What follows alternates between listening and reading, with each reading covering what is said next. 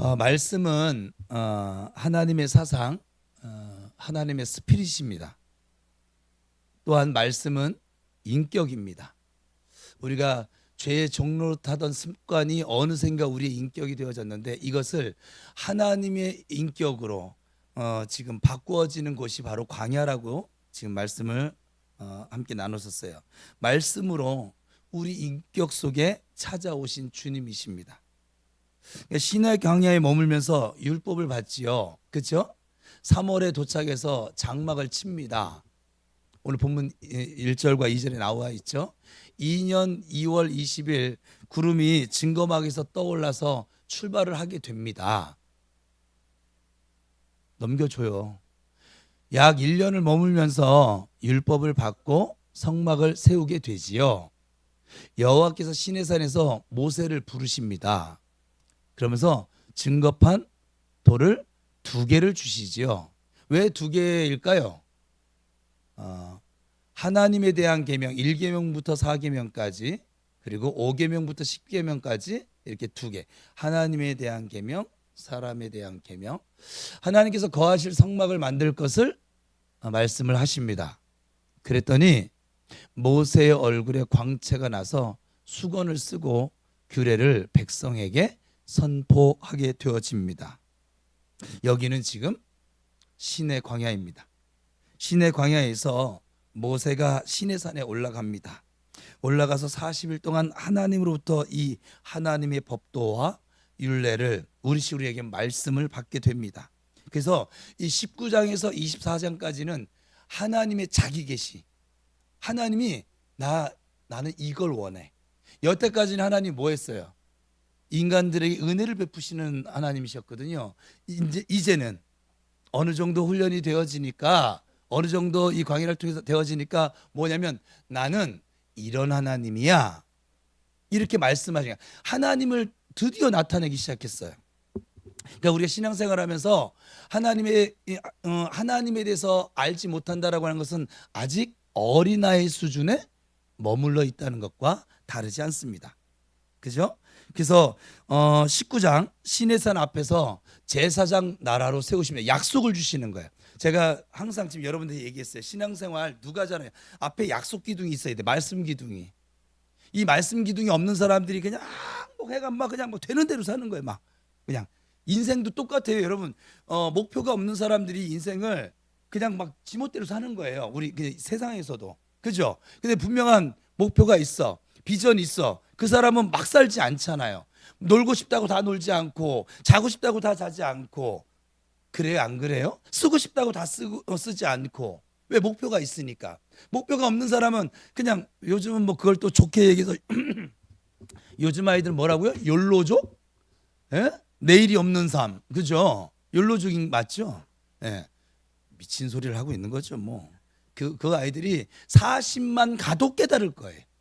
뭐 노세 젊어서 노세 틀렸구나. 나를 망하게 하는 길이구나. 젊었을 때 벌어놓자면 늙어서 고생해요. 먹을 게 없어요. 젊어서 열심히 힘 있을 때 일하면서 좀 절제를 했던 사람들이 노년이 평안한 것이고, 젊어서 지멋대로 산 사람들은 늙어서 고생하는 것이고. 그래 공평하잖아요. 그리고 그렇잖아요. 누구 뭐 놀 줄 모르나? 그죠? 정은아 집사님 놀 줄 모르세요? 너무 좋아하죠. 근데 결혼하고 1년 동안 신혼여행 말고 여행을 가보질 못해서 교회에서 맨날 불러 싸대가지고. 그죠? 노는 거 너무 좋은데 저한테 그 하소연을 하더라고요. 내가 언제 뭐 놀러 가지 말라고 했나? 응? 자기들이 뭐 제자훈련 받고 뭐 교회 기도에 참여하고, 내가 뭐 기도에 참여 안 하면 뭐라고 하기로 했어요? 제 핑계 대지 마세요. 여러분의 믿음이에요. 저는 여러분들에게 여러분 기도에 안 나왔다고 뭐라고 한 적 한 번도 없어요. 그죠? 나온 사람은 내가 축복하더라도 안 나온 사람은 뭐라고 한 적이 없어요. 자기 믿음대로 하는 거지 뭐. 그죠? 근데 이 훈련시킨 사람에게 보세요. 훈련시키기 전에는 주님께서요 뭔 조건을 걸지 않아요. 그냥 은혜를 주시는 거예요. 근데 이제 훈련을 받는 자들에게는 약속을 주시거든요. 우리 교회는 교회에 대한 약속을 주셨고 여러분 각 개인에게 약속을 주셨어요. 그죠?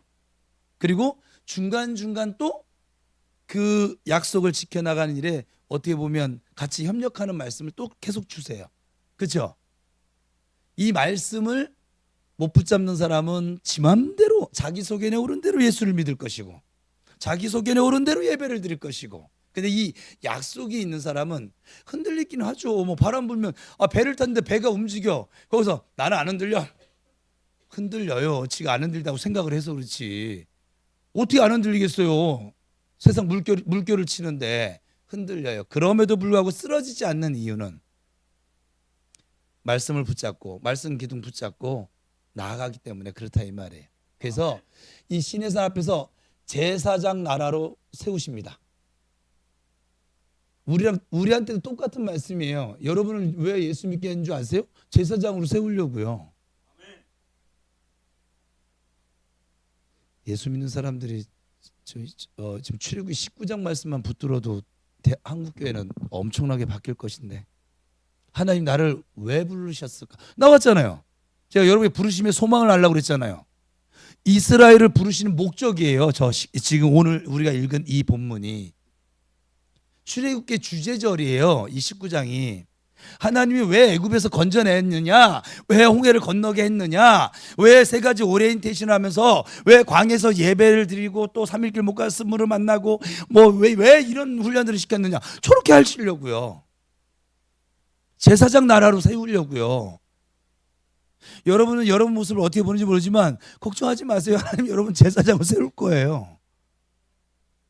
여러분들이 거부하지 않는 한 제사장으로 세운다고요. 제사장이 뭐 하는 사람이에요?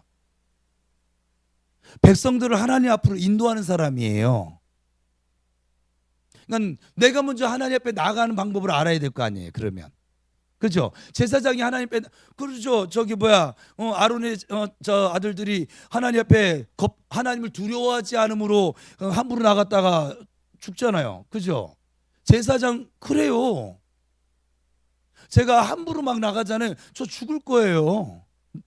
사울왕도 여러분 생각을 해보세요. 성경을 가만히 생각해 보면 우리가 사울왕을 우리는 결과를 알아서 그러는데 사울왕은요 용모가 준수하고 아주 뛰어난 사람이었어요. 그러니까 하나님은 으뜸 신앙을 좋아하시는데 첫 것을, 이스라엘의 첫 왕이 누구냐면 사울왕이에요. 그렇죠? 그러니까 얼마나 이 사울왕이 대단한 사람일까요? 엄청난 사람이에요. 아유, 또 나중에 다 괴롭혔다고 우리가 별로 안 좋게 생각해서 그러는데 엄청난 사람이라고요. 근데 나중에 그가 저 제사장의 역할을 제대로 못하죠. 지 맘대로 그냥 저 불러오고 늦게 온다고 전쟁 앞두고 하고 뭐 자기 사위 죽이려고 하고 하나님의 뜻을 묻지 않고 자기 그냥 소견에 오른 대로 예배하고 어떤 일들을 처리하니까 하나님 폐위시켰잖아요. 왜? 하나님을 앞에 두지 않으니까. 제사장은요 무조건 하나님을 앞에 두어야만 합니다. 일반 백성들은 리더를 잘 따라가면 돼요. 백성 자리는 사실은 편안한 자리예요. 제가 몇 번이 했는데 저는 지금 평신도로 돌아가잖아요. 저는 목사님들이 저를 되게 좋아할 것 같아요. 뭐 제 착각인지 모르겠지만, 왜냐면 저는 시킨 대로 다 할 거거든요. 저 피곤해요, 저 시간 없어, 이런 얘기 는 안 할 거거든요. 내가 직장생활 하면서 다 할 거예요. 밤을 새서라도 난 목사님 시켜놓은 거 할 거거든요.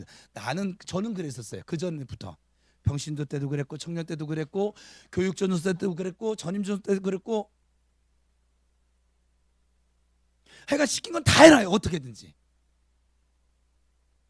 앞으로도 그럴 거예요. 제가 그래서 이거 부평 우리 교회 개척하고 나서 나 같은 놈 한두 놈만 우리 교회 더 오면 진짜 날라다니겠는데, 맨 처음에 교만일 때 그랬었어요. 정말 나 같은 놈 한두 놈만 더 있으면 이 부평 우리 교회는 이제 죄송해요. 지금은 안 그런데 그때는 그래서 뭐 금방 10,000명 되겠다. 뭐 이건 뭐 우리 정관사한테 용감하게 얘기했죠. 3년 안에 나 쇼부 볼 거야. 3년 안에 쇼부 안 돼서 이게 안 되면 나 간판 내릴 거야. 지가 교회 주인이야. 지금 생각해보면 그 말 자체가 제가 그랬던 놈이에요. 얼마나 이 교만 충만, 이 자신감 충만, 그냥 이건 주님이 주시는 강하고 담대함이 아니라 지 담대함으로 그냥 막, 왜냐 무서울 게 없었거든요.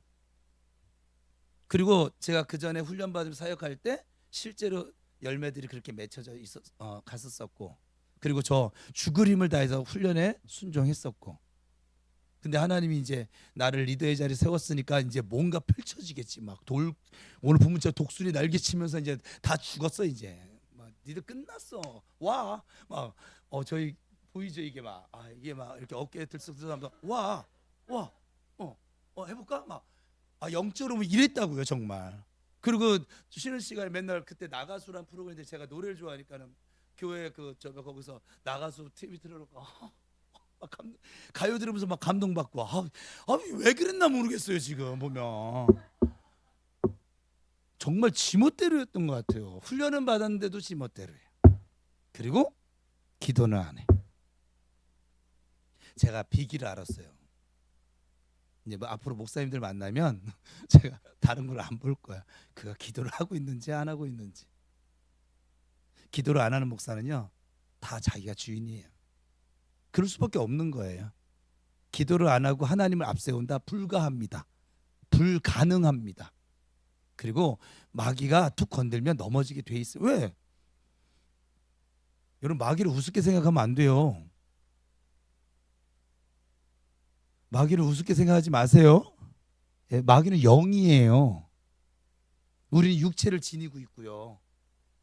마귀가 우울증 심어주잖아요. 이 육체를 죽이는 데까지 끌고 가요. 마귀가 죽이는 건 아니에요. 근데 마귀의 영향으로 죽음에까지 자기 육체를 던져버리는 거예요. 마귀, 하나님을 앞세우지 않은 사람에게는 마귀는 무서운 존재예요.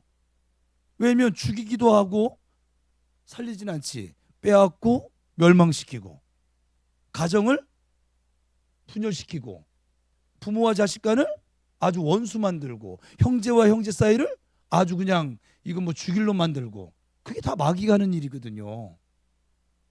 그러니까 여러분이 하나님을 앞세우지 않으면 우리도 그렇게 속을 거란 말이에요. 하나님이 여러분들 부르신 목적이 뭐라고요? 제사장으로 세우려고. 그걸 다른 말로 우리 표현하면 하나님의 나라로 세우려고요.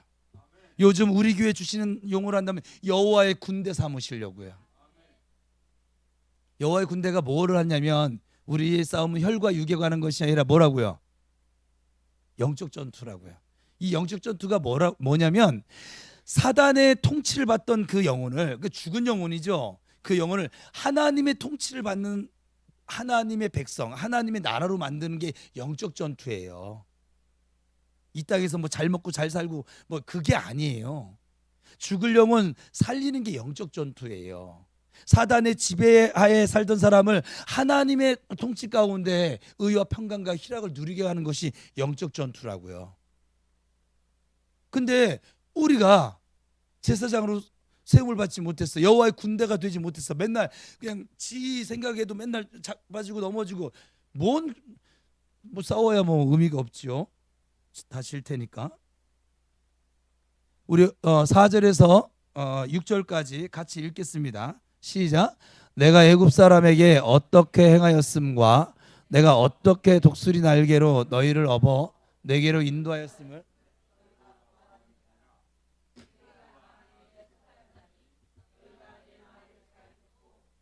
언약을 지키면 너희는 모든 민족 중에서 내 소유가 되겠고 너희가 내게 대하여 제사장 나라가 되며 거룩한 백성이 되리라. 너는 이 말을 이스라엘 자손에게, 지금 하나님의 자기 계시고 모세에게 지금 전해주는 말씀이에요. 내가 너희를 독수리 날개로 업어서 인도해 왔어. 아멘이십니까? 은혜입니다. 독수리 날개로 너희를 업어 내게로 인도하였다. 은혜입니다. 하나님께서 강권적으로 우리를 환경을 통해서 우리가 살아왔던 삶의 여러 가지 아픔과 상처들을 통해서 하나님을 찾을 수 있도록, 하나님께 나올 수 있도록 우리를 인도하셨다는 것입니다. 여기서 말한 독수리 날개는 이전에 설명을 제가 충분히 했어요. 그죠? 독수리 훈련법. 그렇게 독수리 훈련을 시키면서 우리를 인도해 오셨어요. 하나님께서 하나님의 은혜로 우리를 업어서 인도했다라고 지금 말씀하시고 있는 것이죠. 두 번째는 조건이에요. 첫 번째는 은혜예요. 두 번째는 조건이에요. 항상 넘어지는 사람 저 은혜만 얘기합니다. 아니요. 오늘 본문에도 조건이 있어요. 너희가 내 말을 잘 듣고 싶을 때만 듣는 것이 아니라 잘 듣고 내 언약을 지키면, 이프절이에요. 조건절이에요. 언약의 하나님, 인격적인 관계를 하나님은 오늘도 기대하고 계십니다. 인격적인 관계를 원하셔서 우리를 기다려주고 계신 거예요. 우리가 스스로 자원함으로 감사함으로 하나님께 나오고 하나님을 앞세우고 제사장처럼 하나님의 여호와의 군대가 되어져서 하나님의 나라를 세워갈 그런 우리의 모습을 지금 기다리고 계시다고요. 사랑에는 무조건적인 사랑, 이걸 한쪽에 우리 집 알면은 짝사랑, 편무 언약이 있고, 조건적인 사랑, 서로 주고받고 쌍무 언약이 있습니다. 그렇죠? 짝사랑도 사랑입니다. 그렇죠? 하나님은 우리가 성숙해져서 하나님과 인격적인 교제를 하는 자가 되기를 원하고 계십니다. 제가 신앙생활은 무슨 생활이다, 연애 생활을 짝사랑하게 만들면 제대로 된 연애가 아니잖아요. 그렇죠? 하나님은 우리랑 연애를 하고 싶어 하세요. 그래서 우리의 이 존재를 뭐냐면 그리스도의 신부라고 표현하시잖아요. 그죠? 그러니까 하나님 우리와 교통을 하고 싶고 또 언약을 가지고 서로 이렇게 주고받고 그걸 기뻐하십니다. 그래서 이 하나님의 모습을 뭐라고 계시랬냐면 출애굽기 20장에서는 나는 질투하는 여호와로라. 연애를 하니까. 질투는 누가 하는 거예요? 서로 사랑하는 사람끼리 질투를 하지, 사랑하지 않는데 질투가 되어져요? 안 되어지죠. 나는 질투하는 여호와로라. 이게 무슨 말이냐면 나는 너를 사랑하고 난 너의 사랑을 기다리고 있어. 네가 나를 사랑하지 않고 자꾸 엉뚱한 데 눈을 돌리면 난 질투할 거야. 이게 어려운 말이에요? 하나님은 질투할 정도로 여러분들을 사랑하세요. 얼마나 사랑하면 예수님을 생명을 죽이면서까지 사랑한 분이 여러분이잖아요. 질투하신다고요. 그래서 주신 은혜에 하나님이 은혜를 먼저 주셨잖아요. 반응할 수 있는, 응답이 있는 그런 성도들이 되기를 기다리고 계십니다. 주님이 우리에게 생명을 주셨던 것처럼 우리도 목숨을 바쳐서 하나님을 사랑하며 살 것을 지금 요구하시는 장면이 19장에 나옵니다. 인격적인 교제를 아주 좋아하시는 분이세요. 주거니 받거니 교통하는 관계를 좋아하신다 이 말이죠. 그래서 코드를 맞추셔야만 합니다. 출애굽기로 말하면 은혜는 어디까지일까요? 1장에서 답을 저렇게 다 알려줬구나. 11장까지 조건은 내 말을 잘 듣고 내 언약을 지키면, 12장 6월절 구원한 이후에 24장까지 이제 조건을 제시하십니다. 세 번째는 약속이에요. 모든 민족 중에서 내 소유, 제사장 나라, 거룩한 백성, 세계가 다 내게 속하였나니, 이 온 세계가 하나님의 통치권 안에 있다는 거죠. 그 세계를 내게 속하게 하기 위해서, 하나님의 통치가 다 이루어지기 위해서 너희를 나의 나라 제사장으로 세울 것이다. 몇 장까지입니까? 25장에서 40장까지입니다. 목적이 되는 것이죠. 그러니까 여러분들을 부르신 부르심의 소망이 뭐냐? 제사장 만드는 거예요. 그래서 아름다운 베드로전서 2장의 말씀대로 인용을 하면 아름다운 덕, 복음을 전하는 삶을 살게 하는 거예요. 여러분을 통해서 다른 영혼이 살지 않잖아요. 그러면 부르심의 소망대로 살지 않고 있는 거예요.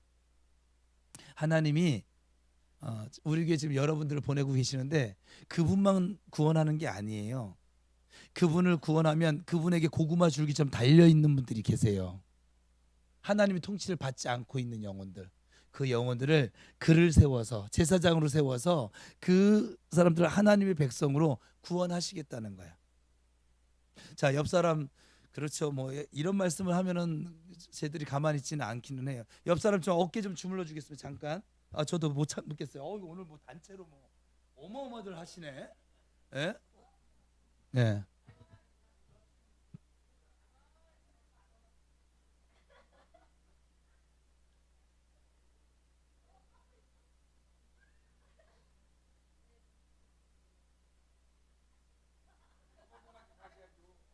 저는 상관없. 저는 안 졸리니까.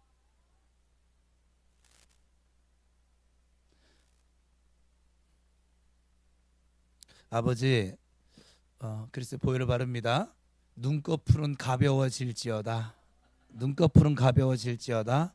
성도들의 생각을 넘나드는 이 악하고 더러운 영아 떠나갈지어다. 주님의 말씀을 듣지 못하게 하는 더러운 영아 떠나갈지어다. 그러니까 은혜를 받는 것이나 훈련을 받는 것이나 전부가 다 하나님의 나라를 위한 것이에요. 제사장 되게 하기 위함이고, 또 이 잃어버린 하나님의 세계를 자연 만물까지 다시 하나님의 통치 가운데로 들어오게 하기 위해서 하나님이 우리를 부르셨다는 것이에요. 하나님의 속마음을 지금 우리에게 알려주고 계신 거예요. 그래서 아까 하나님이 자기 계시라고 했잖아요. 여태까지는 그냥 나 구원받았네, 너 구원받네, 하나님 은혜 주셔서 감사합니다, 주님을 찬양합니다 이러고 왔는데, 이제 왜 내가 너에게 은혜를 주고 내가 너를 구원을 하고 내가 너의 기도를 들어주고 내가 왜 하는 줄 아니? 하면서 하나님의 마음을 지금 들려주고 있는 장면이 19장이라 이 말이에요. 내 소원이 무엇인 줄 아냐? 너가 빨리 성장해서, 이 아이였는데 이제 어른이 되어져서 이제 장남이니까, 나의 장자니까 너희가 성장을 해서 다시 우리 집안을 일으키는 거야. 아버지가 지금 내면의 깊은 얘기를 장남 앉혀놓고 지금 하고 있는 것이죠. 내 나라를 이제 회복시킬 거야. 너를 통해서 내 나라를 건설하는 것이, 하나님의 나라와 그 의를 세워가는 것이 매우 중요하다. 지금 이렇게 말씀하고 있는 거예요. 어려워요? 너무 쉬워요. 아버지 이렇게 말을 했는데 이거를 그건 너무 복잡해서 싫고요, 전 제멋대로 살래요. 그게 사사기예요. 아버지의 이 말을 주의 깊게 듣고 그 말을 기억하고, 그리고서는 선포하고 기도하면서 나갔던 사람이 여호수아와 갈렙이고요. 이해되세요? 뭐 딱 명확하지 않아요? 사울왕도 이 부르심의 소망보다도 자기 유익을 찾고 자기 명예 찾고 자기 권력 지키려고 하다가 망하는 것이고, 다윗은 이 하나님의 이 부르신 목적을 제사장답게 살아갔던 사람인 것이고, 사도 바울도 마찬가지고요. 베드로도 처음에는 아이였지만 성장해서 결국은 이 하나님의 약속을 이루어드리는 하나님의 사도인 것이고, 저와 여러분도 이 하나님의 소원을, 약속을 이루어드리는 성령의 사람이 될 것인지, 사울 왕처럼 성령으로 시작은 했지만 육체로 마칠 것인지, 이스라엘 백성들처럼 광야에 엎드러지고 말 것인지, 아니면 저 약속의 땅 가나안 땅에 가서 하나님이 약속을 어떻게 이루시고 어떻게 내 인생을 이끌어 가시는지 그걸 볼 것인지. 오늘날 나와 내 집은 부평 우리 교회는 여호와를 선택하노라. 당신들은 무엇을 선택하시겠어요? 여호와를 선택하시길 바랍니다. 그래서 언약 관계를 이루어서 제사장 나라로 사용할 거야. 광야를 통과하고 하나님을 인격적으로 사랑하는 우리를 하나님은 제사장 나라로 세우시기를 원하십니다. 우리는 하나님의 대행자가 되어져서 세계를, 모든 영혼들을 주님께 돌리는 일을 위해서 제사장으로 쓰임 받아야만 합니다. 두 번째는 하나님의 소유가 되고 거룩한 백성이 되게 할 거야. 하나님은 우리를 하나님의 보화로 가장 소중한 존재로 여기시겠다고 지금 말씀하고 있는 거예요. 저 거룩한 백성이 뭡니까? 하나님의 소유, 거룩한 백성 구별시켜 놓겠다는 거예요. 너희들이 세상 가운데 살지만 내 눈에는 그리스도의 보혈로 말미암아 너희들은 이미 구별되어진 사람이야. 내 거야. 세상 사람들과 섞여 살고 있지만 넌 내 거야. 애굽의 모든 그 애굽 백성들과 함께 살고 있지만 고산 땅에 거하는 그 양의 피를 바른 사람 내 거야.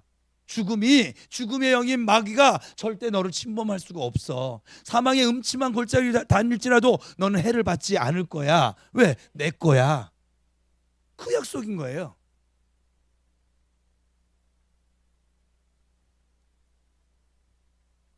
이 언약을 목숨처럼 소중히 여기시길 바랍니다. 여러분들을 지금 부르심의 소망이에요.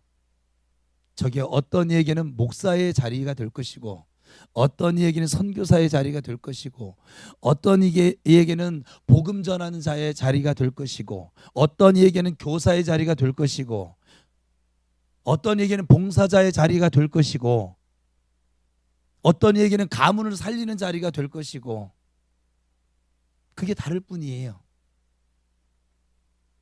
저에게는 목사의 자리예요. 또 목사의 자리 중에서 저에게는 교회를 세우는 자리에 저를 세우셔요. 상처받고 힘들고 아파하는 영혼 기다려주고 품어주는 목회를 지금도 원하세요. 앞으로 저는 은퇴할 때까지 계속 그럴 거예요 아마. 왜냐하면 하나님이 그래서 저를 그 훈련을 시킨 것이니까. 여러분이 지금 훈련받고 있는 거 개인적으로 있으세요? 여러분 그렇게 쓰시겠다고 하는 거예요. 복잡하게 생각 안 하셔도 돼요. 보세요. 나라에서 왜 돈 들여가면서 훈련소에 이 젊은 장정들을 모아놓고 훈련을 시킬까요? 왜 시킬까요? 나라를 위해 쓰려고요. 아닙니까? 전쟁이 나면 쓰려고요. 군사로. 이들을 통해서 전쟁을 치르려고요. 안 그러면 왜 국세를 세금을 그렇게 낭비해가면서 그 수많은 청년들을 그 한참 젊을 때 왜 그 군대라는 곳에 처박아 놓고서는 훈련을 시키냐고. 왜 차려혈중선을 못할까봐? 그렇잖아요? 왜 훈련을 시킬까요 나라가? 어떤 이는 이거 봐요. 육지에서 소총을 쓸 사람은 육군 훈련소로 모집을 합니다. 왜? 그렇게 쓸 거니까. 비행기를 조정하고 저 또 뭐 항공센터를 조정하면서 막 할 사람 공군 훈련소를 부르겠죠. 육군을 쓸 사람을 공군 훈련소에 부르지는 않아요, 여러분. 아 그래요, 안 그래요? 왜 해병대를 부릅니까? 바다에서 작전을 수행하게 만들 것이니까. 모든 사람이 사명이 똑같지 않아요. 모든 사람이 특전사입니까?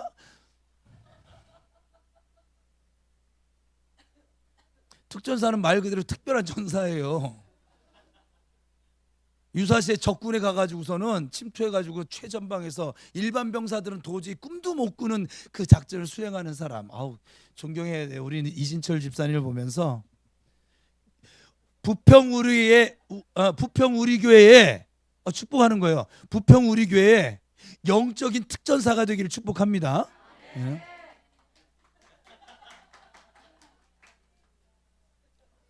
아니 목적이 다 달라요, 여러분. 육군사관학교는 아무나 들어갑니까? 아니요. 그 나라의 그 군대를 지휘할 리더를 키우기 위해서. 그러니까 부평 우리 교회는 육군, 공군 뭐 어디로 갈까? 약간 사관학교입니다. 여러분들 세상의 리더로 하나님께서 부르셨고 세우실 것이고 훈련시켜 나가고 있습니다. 그러니 뭐 초코파이 준다고 해 그러지 말고 에? 맨날 그 불평하고 그러지 말고. 그거 아세요? 사병훈련소와 장교훈련소가 다른 거. 장교는 자원에서 갔거든요. 훈련이 더 셉니다 사실은. 그런데도 불구하고 여긴 불평을 안 하고 어떻게 하면 이걸 내가 버티고 이겨나갈까. 이궁이라고요. 이 사병은 어떻게 하면 어떻게 의사 제대로 해야 되는지 도망칠 생각을 하고 있는 거예요. 부평 우리 교회는 사관학교 같은 교회가 되기를 축복합니다. 여러분 장교가 될 거예요. 어이구 우리 정명국 간사님은 한 대령쯤까지 어떻게 진급을 하려나? 어머 박수가 나온다. 와 같은 조언이라고 너무 챙긴다 정말. 두 번째는 이제 19장에서 그렇게 말씀하셨고 하나님의 마음을 들려주고 20장에서 십계명 정신을 얘기합니다. 십계명 정신은 간단해요. 하나님 사랑, 이웃 사랑입니다. 하나님을 예배하는 것이고 하나님께 예배하면서 하나님의 사랑으로 충만해지는 우리가 이웃을 사랑하는 것. 그냥 이 십계명은 십자가예요. 그냥 십자가를 생각하면 다 돼요. 하나님 사랑, 이웃 사랑, 하나님 대접하는 거, 이웃 대접하는 거, 하나님과의 관계, 대신 관계, 이웃과의 관계, 대인 관계. 무슨 말? 이걸 또 멀리서 놓고 뭐 십자가를 보면 어떻게 더하기죠. 그래서 예수 믿는 사람은 더하는 인생을 사는 거예요. 자꾸 빼기 인생을 만들지 마시고, 화평이 있는 곳에 나만 들어가면 싸워. 잘못된 거예요. 예수 잘못 믿는 거예요. 싸우는 곳에 내가 들어갔더니 화평이 생겨져야지. 더 플러스 인생이니까. 이해되세요? 이 십자가를 여러분 좀 잘 이해해 보세요. 왜 왕관을 잃어버렸을까? 사울왕이 자기 관리에 실패했기 때문에 그래요. 이 십자가에서 핵심은 뭐냐면, 일단은 여러분, 이 기둥이 있어야 이게 옆에 매달릴 거 아니에요. 이게 없으면 이게 매달려요, 공중에? 못 매달. 이 원리를 잘 기억하셔야. 먼저는 서야 돼요. 기둥이 뭐냐면 하나님이에요. 그러니까 여러분의 삶에 하나님을 기둥으로 세우지 않으면 여러분들은 이웃사랑이 불가하다니까요. 이웃과의 관계도 불가해요. 여러분 착해서 나는 안 돼요. 착하기 뭘 착해요. 자기 아내도 사랑을 다 못하는데. 그래도 특전사 훈련받은 이진철 집사님 정도 돼야 아내를 사랑하지. 저처럼 방위 훈련받은 사람은 아내를 사랑 잘 못하잖아요. 네? 요즘 제가 부평구리교회 교회 공동체를 위해서 기도하면서 진짜 이진철 집사님을 중보하다가 갑자기 특전사란 단어가 막 너무 강렬해가지고, 아버지 막 이제 여러분들 사실 요 앉은 순서대로 제가 기도를 하고 있더라고요. 그냥 이렇게 쭉 이렇게 한 방 슉 돌아서 여기에서 마지막 찬양단이 항상 마지막이에요, 그냥. 근데 어쨌거나 그렇게 되어지는데 막 가다가 멈췄어. 왜 멈췄냐? 특전사라는 단어가 확 온 거예요. 저 사람이 뭐 저 특전사 뭐 이런 기도를 하는 게 아닌데, 이진철 기도하다가 특전사를 아버지 지금 부평 우리를 여호와의 군대로 만들어서 요단 앞에 세우신다면서요. 이왕 만드시면 특전사로 만들어 주세요. 근데 여러분 특전사 훈련이요. 저 물어보세요. 나중에 예배 끝나고 쉬운가 어려운가?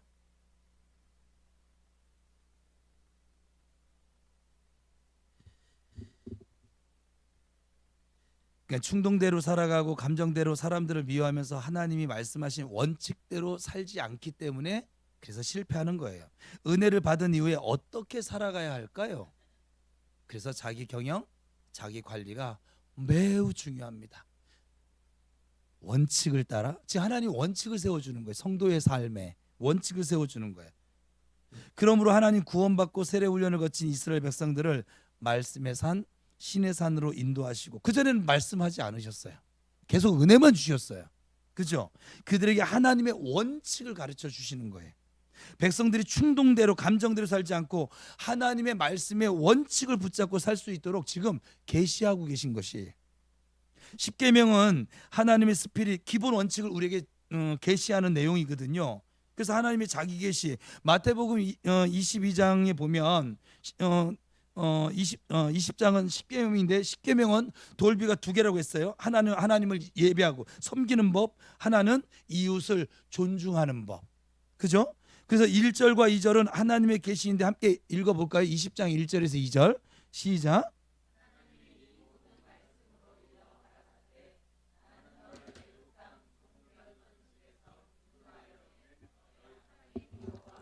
그러니까 2절에서 하나님께서 하나님과 이스라엘의 관계를 먼저 말씀하시죠. 나는 너를 애굽 땅 종되었던 집에서 인도하여내 은혜를 베푼, 구원을 베푼 너의 하나님 여호와야, 우리 주님 너의 아버지야, 이렇게 말씀하셨죠. 많은 사람들이 이 하나님께서 십계명을 주신 목적을 우리를 제한을 시키고 구속을 하고 억압하기 위해서 바로의 종노릇 하던 상태에서 이제 다시 하나님의 노예 상태로 바꾸기 위해서 십계명을 주셨다라고 그렇게 해석하는 사람도 있더라고요. 또 하나님의 의도는 아니다. 나는 너희를 구원한 하나님이고, 너희가 종되었을 때 너희를 자유케 하기 위해서 너희에게 은혜로 이끌어온 너의 아버지야. 이 십계명을 주신 의도를 먼저 알라는 거예요. 더 큰 어떤 속박이나 구속을 위해서가 아니라 우리를 해방을 시키시고 우리에게 기쁨을 주고 우리에게 하나님 안에 있는 감동으로 이끌고 가기 위해서 주신 계명이라고 하는 사실을 먼저 알려주시고, 그리고 하나님과 우리의 관계를 먼저 관계를 설정해 주고 계신 것이에요. 3절에서 11절은 이제 하나님 대신을 향한 계명이에요. 3절에서 11절은 하나님 향한 계명 1계명부터 4계명까지 나오는데, 하나님만 섬겨라, 하나님을 자꾸 형상화시켜 가지고 대치시키지 말아라, 하나님은 인격이고 살아계신 분이기 때문에 어떤 너의 그 고정된 틀 속에 가두지 말거라, 또 하나님의 이름을 함부로 망령되이 일컬어서는 안 된다, 하나님을 공경하고 경외하라, 또 하나님이 쉬시는 안식일의 개념을 잘 이해하고 시켜서 잘 지키거라. 그러니까 구별된 삶을 살거라. 하나님을 절대화시키고, 그리고 하나님을 따르라. 하나님을 주인으로 모시라라고 하는 이런 내용이 1계명부터 4계명이고, 또 12절부터 17절은 대인을 향한 계명입니다. 12절부터 17절의 말씀이 5계명부터 10계명이 나오는데 사람에 대한 대인 계명이죠. 우리 잘 아는 것처럼 부모를 공경하라, 살인하지 말라, 간음하지 말라, 도적질하지 말라, 이웃에 거짓말하지 말라, 이웃의 것을 탐내지 말라.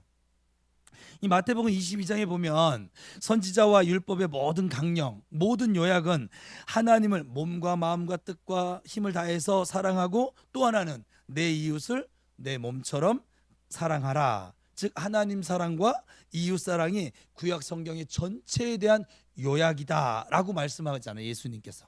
그렇죠? 10계명의 내용이 바로 그것이죠. 1계명부터 4계명까지는 하나님을 사랑하는 것, 5계명부터 10계명까지는 사람을 사랑하는 것, 이 두 가지로 하나님의 아주 절대 의지를 말씀하고 있는 것이에요. 이것을 하나님은 사랑이라고 했을 때 이 사랑을 받은 사람들은 하나님을 사랑하게 되어지고, 또 사람도 다른 사람을 사랑하게 되어집니다. 그러나 하나님이 아닌 것은, 하나님이 아닌 이상한 영을 받으면 사람을 미워하고 하나님을 미워하고 증오하게 하는 것, 서로 그리고 사람들 사이에 갈라지게 하는 것, 이것이 하나님의 생명이 아닌 다른 것입니다. 제가 지금 사역을 하면 다른 영이라고 표현하시더라고요. 하나님은 어떤 사람은 마귀라고 해요, 사탄이라고 해. 근데 어떤 사람은 다른 영이래요. 18절에서 21절 두 번째 문단을 보면 하나님께서 자기 모습을 계시하게 되자 사람들의 반응이 나오거든요. 사람들이 굉장히 두려워합니다. 출애굽기 20장의 수준은 그러니까 어린아이의 수준이 아닌 거예요. 어린아이는요, 자기만 알아요. 자기 감정만 중요해요. 자기 생각만 옳아요. 애들은 그래요. 애들은 주변을 못 봐요. 그리고 내일을 못 봐요. 그냥 당장 코앞에 있는 정말 감정대로 충동대로 그냥 자기가 아는 것이 다인 것 마냥, 그게 아이예요. 근데 이 출애굽기 20장은 이제 어린아이의 수준이 아니에요. 이제는 홍해를 건너서 광야를 지나서 하나님께서 원하시는 계시의 삶, 하나님을 드러내 보이고 하나님 스스로가 나타내 보이기를 원하는 계시의 산에 지금 와 있는 것이지요. 이제는 내 입장에서 하나님을 보는 게 아니에요. 이게 중요해. 내 입장에서 하나님을 보는 것이 아니라 하나님의 입장에서 하나님을 보라는 거예요. 하나님 중심으로, 이게 영과 진리를 예배하는 거예요. 하나님 중심으로 예배를 하고 하나님이 기뻐하시는 수준으로 하나님께 나아가라는 거예요. 너의 수준으로 나가는 것이 아니라, 하나님이 이제 어느 정도 성숙한 자로 보시고 있는 것이죠. 여러분이 말씀 기둥 붙잡고 계신 분이 지금 이 자리에 계시면 그분은 성숙한 거예요. 나를 부르신 부르심의 상을 향해서 표대를 저렇게 달려가는 분 성숙한 거예요. 어린아이는 이 표대 없어요. 부름의 상 생각지도 않아요. 지금 당장 내가 먹는 거, 마시는 거, 입는 거, 나 필요한 거, 나 하고 싶은 거 계속 그 타령하고 있는 거예요. 어린아이니까.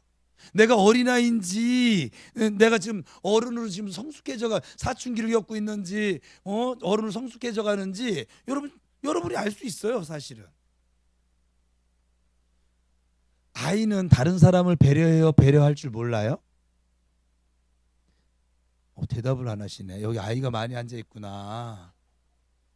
아이들은 배려를 할 줄 몰라요. 그러니까 은열이가 예배 시간에 이렇게 막 뛰어다니기도 하고 시온이 저기가 춤추기도 하고 아이라서 그래요. 아이라서. 내가 아이니까 내버려 두는 거예요.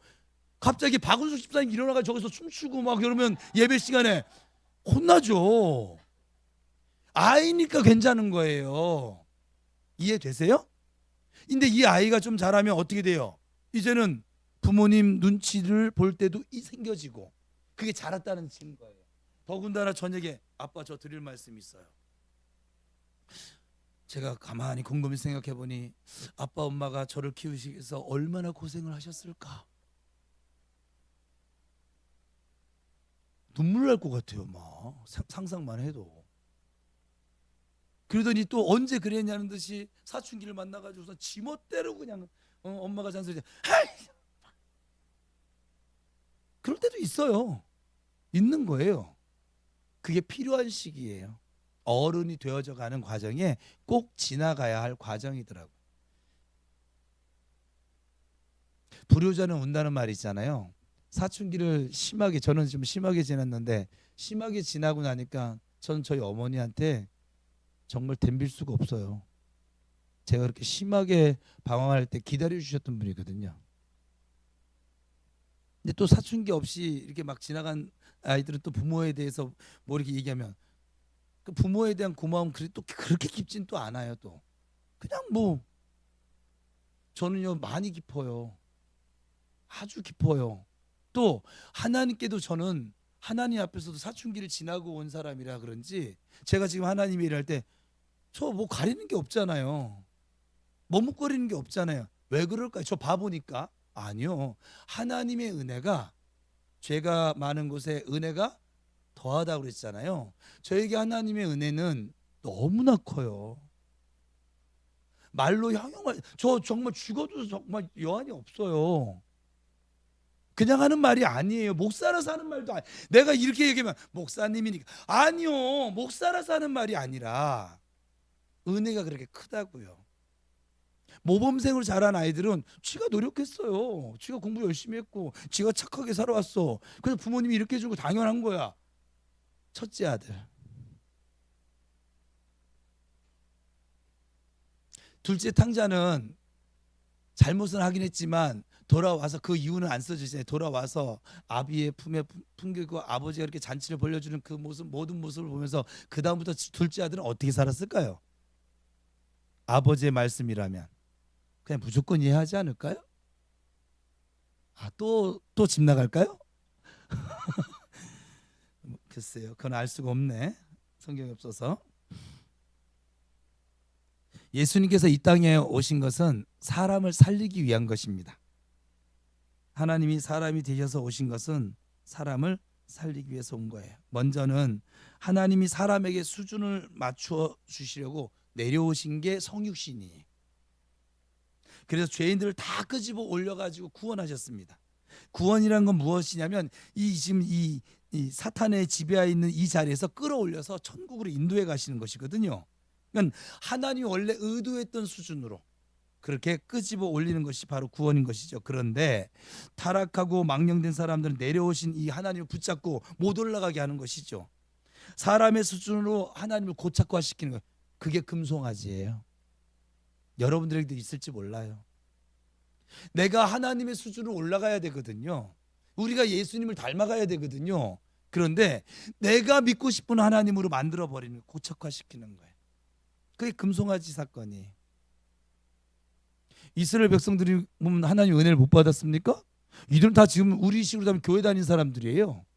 조금 전까지 모세의 지도를 받던 사람이에요. 모세가 잠깐 안 보였다고 자기들 또 소견에 오른 대로 나는 하나님이 이런 하나님이 좋겠어. 하나님 이렇게 생겼으면 좋겠어. 하나님이 나 이렇게 좀 이거 좀 이루어졌으면 좋겠어. 하나님 이렇게 했으면 좋겠어. 이렇게 했으면 좋겠어. 하나님이 원하시는 거 관심 없어요. 내가 원하는 대로 하나님을 만들어가는 거예요. 그래서 우리 기도도 그렇잖아요. 뭐 해주세요, 뭐 해주세요, 뭐 해주세요, 뭐 해주세요, 뭐 해주세요, 뭐 해주세요. 그게 그거예요. 하나님, 예수님의 기도는 어제 나왔잖아요. 뭐라고요? 아버지의 뜻대로 하옵소서. 저를 아버지의 수준으로 좀 올려주세요. 지금 다 이렇게 통합적으로 이해가 되고 있는 것이죠. 예. 오늘날 그런 예배 문화가 너무 많지요. 아니죠. 하나님이 내게 찾아와서 맞춰 주셨으면 이제는 내가 변화를 받고, 구원받았다고 하는 것은 이제 내가 내 수준을 포기하고 하나님의 수준으로 올라가는 거예요. 옛날에는 하나님이 질투하는 하나님이라고 스스로 말한 적이 없으십니다. 그거 아세요? 지금 이 본문 전까지. 근데 이제는 말씀하십니다. 왜요? 이제 당신한테 맞춰달라는 거예요. 하나님께 맞춰달라는 거예요. 이게 성장이에요. 계속 어린아이처럼 굴지 말고 좀 자라다오. 아는 것과 믿는 것에 하나가 되어져서, 그래서 그리스도의 장성, 예수님처럼 좀 장성해지거라. 지금 그걸 요구하시는 거예요. 만약 내가 내 길을 고집하게 되면 사실 십계명은 정말 무거운 것이에요. 그렇죠?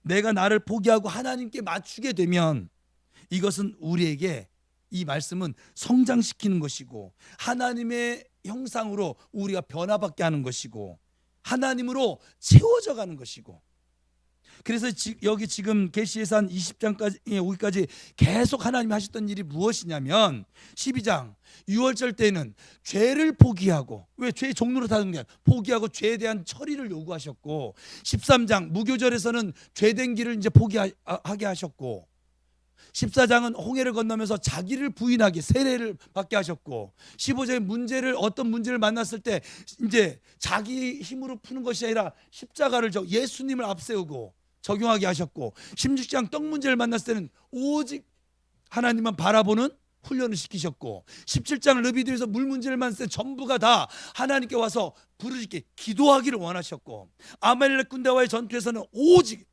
그러니까 르비딘 광야는 뭐냐면 기도의 훈련이에요. 결국 전부 지금의 나를 거부하고 자기 부인 나를 버리고 하나님께 찾아오라는 거예요. 이제 그래서 18장 19장을 지나서 그들이 20장에 왔을 때는 내가 누군 줄 아니? 좀 나를 좀 보거라. 너의 타락한 모습을, 죄의 종로로 타던 습관을 고집하지 말고, 너의 연약한 모습을 고집하지 말고 좀 나를 좀 봐. 좀 내가 어떤 하나님인지 내가 알려줄게. 네가 조잡스럽게 그렇게 틀 가운데 만들어낸 그런 하나님이 아니라 내가 보여주는, 내가 말하고 있는 그 하나님으로 좀 나를 좀 섬겨주면 안 되겠니? 성숙한 신앙을 요구하는 하나님의 의도를 볼 수 있는 게 20장이에요. 내가 요구하는 하나님이 아닌 하나님께서 요구하는 내가 되어야 할 줄로 믿습니다. 우리가 어렸을 때는 부모님이 아이에게 맞춰주죠. 다 맞춰줍니다. 그렇죠? 성숙한 다음에는 아이들이 부모님의 뜻을 따라와야만 합니다. 복음도 마찬가지예요. 나를 찾아오신 것은 나를 구원하시기, 살리시기 위한 것이죠. 내가 어느 정도 크면, 생명력을 가지고 크면 이제는 점점 하나님의 모습을 내게 보여주시면서 나로 하여금 하나님의 생명으로 채워지고 하나님의 모습으로 닮아가도록 역사하십니다. 그래서 구원받았다, 하나님 나와 함께 하신다 하는 큰 간증은 하나님이 내게 얼마나 많은 걸 주었느냐가 사실은 아니에요. 내가 얼마나 깨지고 하나님을 닮아가고 있느냐예요. 이게 우리의 간증이 되어야 돼요. 이것이 그리스도 안에 있는, 복음 안에 있는 사람들에게 나타나는 특징이기도 합니다. 어렸을 때 하나님이 내게 주신 선물을 많이 자랑하죠. 우리 아이들도 엄마가 이거 사줬고 로봇 사줬고 장난감 사줬고, 시온이 나한테 그렇게 얘기하대. 막 그냥 우리 은열이도 그렇게 형아가 이거 사줬고 뭐 해줬고 맨날 지한테 뭐 해준 것만 얘기해. 그죠? 지금 비유가 잘 되고 있는 거죠. 지금 이해가 막 쏙쏙 되지 않아요? 막 예. 그러니까 아버지 이렇게 설교하면 저도 얼마나 편하고 좋아요. 응? 그러나 성숙할수록 이제는 내가 과거에는 이런 모습이었는데 복음을 알고 나서 이제 내가 좀 부족하지만 예수님을 이런 부분이 점점 닮아가고 있는 것 같습니다. 내가 예수님 때문에 이것을 포기하게 되어졌습니다. 내가 이것을 하나님을 위해서 깨트렸습니다.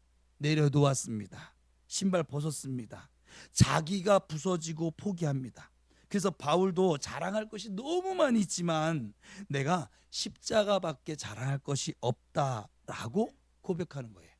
십자가밖에 자랑할 것이 없다는 것은 이 십자가 자체를 자랑하는 게 아니라 이 십자가에서 자기 부인이 이루어지는 거예요. 나는 죽어졌습니다. 예수와 함께. 그걸 자랑하는 거예요. 내가 죽어진 걸 자랑하는 거라고요. 나는 온데간데 없어졌다고요. 여러분, 십자가 무엇입니까? 십자가가 내게 역사할수록 내가 많이 깨어지고 죽어지고 내가 많이 버려지는 곳이 십자가입니다. 구원의 능력은 십자가 안에 있다고 그랬어요. 십자가는 능력이라고 그랬어요. 사람들은 보이는 것을 자랑하지만 나는 십자가의 능력을 자랑한다고 했습니다. 우리가 많이 버리면 버릴수록 내 속에 누가 충만해지느냐? 예수 그리스도가 충만해집니다. 내가 가득할수록 주님은 내 안에서 약화되어집니다. 복음의 능력은 이 십자가 안에 들어져 있습니다. 그래서 지금 출애굽기 20장에서 하나님이 당신의 모습을 계시한 이 의도를 깨닫고 내가 하나님을 찾아가는, 우리가 하나님을 추종하고 따라가는 성숙한 수준을 위해서 하나님의 요구를 이제는 볼 수 있는 아들과 딸이 되어져야만 합니다. 언제까지 아이 수준으로 사실래요? 오늘 이 밤에 주님이 콜링하십니다. 부르십니다. 이제 좀 아는 것과 믿는 것에 하나가 되어져서 좀 나의 장성한 분량까지 좀 자라주면 안 되겠니? 자라서 제사장으로 하나님의 나라로 좀 나의 대행자로 좀 살아주면 안 되겠니? 이 일을 저 마귀에게 사로잡혀서 죽음을 향해 달려가는 그 죽어가는 영혼들을 좀 나의 통치를 받는 살아있는 영혼들로 좀 세워주면 안 되겠니? 할렐루야. 지금 그 부르심을 하는 거예요. 여러분 또 그 일을 하실 거예요. 여러분 믿거나 안 믿거나 그렇게 하실 거예요. 그 일을 하게 하려니까 여러분 훈련시키는 거예요. 그 하나님을 믿고 그 하나님께, 그러면 그 하나님을 닮아갈 수 있는 오직 유일한 능력이 뭐냐? 기도라고요. 그래서 지금 기도회를 하는 거예요. 저도 이 기도하면은 여러분이 힘들겠어요? 제가 힘들겠어요? 저 목이 지금 안 돌아오고 이제 돌아올 새가 없잖아요 지금. 기도하니까는 우리 사모는 맨날 매일 저녁마다 밥하고 있고 지금. 예? 돈 들어가, 밥 들어가, 힘 들어가, 아무것도 못, 어디도 못 가, 뭐 해간. 그런데도 하는 이유, 지금 여호와의 군대를 하나님이 세우기를 원하셔서 저는 그것에 순종하고 있는 것이고 여러분들도 지금 순종하고 따라오는 것이고, 지금 이 자리에 온 사람은 아무 문제, 하나님 뭐라 주냐 아세요? 이 저녁 기도에 나온 사람들은 내가 이들 데리고 요단강 건널 거요. 여러분들 여호와의 군대예요. 왜냐하면 이미 순종의 발걸음을 내딛었거든요. 하나님 여러분을 사랑하십니다. 여러분 기뻐하십니다. 여러분 기도할 때 하나님이 여러분 기도에 응답해 주실 것이고, 하나님이 또 하나님이 여러분이 어떤 하나님인지 또 알려주실 것이고, 또 기도할 때 능력을 또 주실 것이고, 그리고 지금 우리 교회 은사를 하나님이 더 확장시키고 있어요. 지금 제가 지금 그렇게 기도하기도 하고, 하늘 문을 여시고, 지금 왜 군사에게 뭘 나눠줘야 돼요? 무기를 나눠줘야지. 전쟁을 앞두고 있는데 지금 총만 나눠주는 거예요. 이제 총 알도 나눠줄 거예요. 다음 주에. 지금 어떤 얘기는 기관다총을, 어떤 얘기는 권총을, 어떤 얘기는 검을, 어떤 얘기는 뭐 대포를, 뭐 저한테 뭐 주실래요? 예? 저한테는 핵미사일? 예. 그러니까 무기를 지금 주시는 거예요. 이 기도회가 지금 그런 기도회예요. 그러니까 여러분 막 쭈글쭈글 막 이렇게 기도하지 마세요. 막 담대하게, 예? 내게 무기를 주실, 그 무기를 줬더니 무기를 들 힘이 없네, 이 팔에 근육이 없어가지고, 그러지 마시고 근육 키우세요. 아셨죠? 예, 믿음의 근육을 키우시고, 긍정의 근육도 키우시고, 말씀의 근육도 키우시고, 순종의 근육도 키우시고. 그래서 총을 주거든 무겁다 하지 말고 딱 잘 조준해가지고 저 우리 저 특전사 보통은 여기다 막 이거 바르고서는 그냥 비행기에서 낙하해가지고서 작전 수행하고 막 다 이루는 사람이에요. 나는 안 간데 어떻게 이게 알지? 원래 방위가 다 그래요. 여러분은 방위 아니에요. 특전사예요. 그 하나님 믿고 함께 기도합시다. 기도하겠습니다.